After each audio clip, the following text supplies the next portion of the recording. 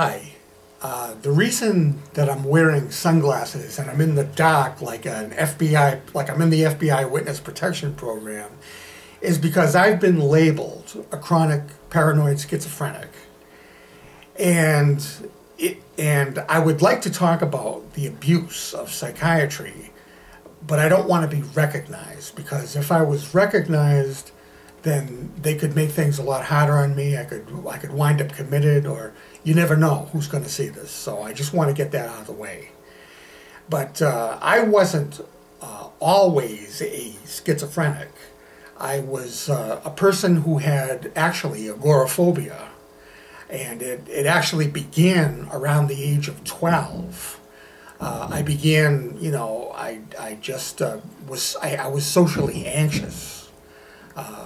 So when I was 22 years old, I sought out the help of a psychiatrist, and they said to me that, well, we can treat this, right? We have, they were using a drug at the time called MAOIs, right? That stands for something. I'm not sure exactly what it stands for, but it's a form of antidepressant. It's a very, very, very powerful antidepressant, very rarely prescribed today.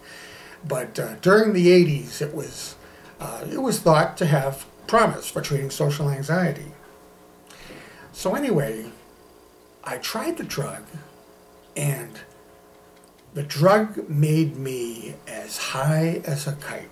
I mean, I was wildly manic and euphoric.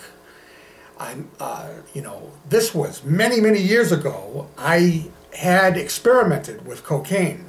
And I know what cocaine is like, and I can tell you that this drug that they prescribed me, Nardil, right, was more powerful than cocaine, and the high lasted for 12 hours at least. And I went on like that, high as a kite, for 17 years before I finally snapped, and I had something very much like an amphetamine psychosis, right? So I wound up in a mental hospital, and the diagnosis was paranoid schizophrenia. And they prescribed neuroleptic medication, and I hated that stuff. And I withdrew from it very abruptly. And that's the worst thing that you can do when you take neuroleptic drugs. Because then what happens is you have a rebound psychosis that's a lot worse than the original psychosis. So what happened was, when I withdrew abruptly from the medication, I developed an even worse, a more severe psychosis. And after 2 or 3 times of doing that, which is what I did, the psychosis then became permanent. And as a result,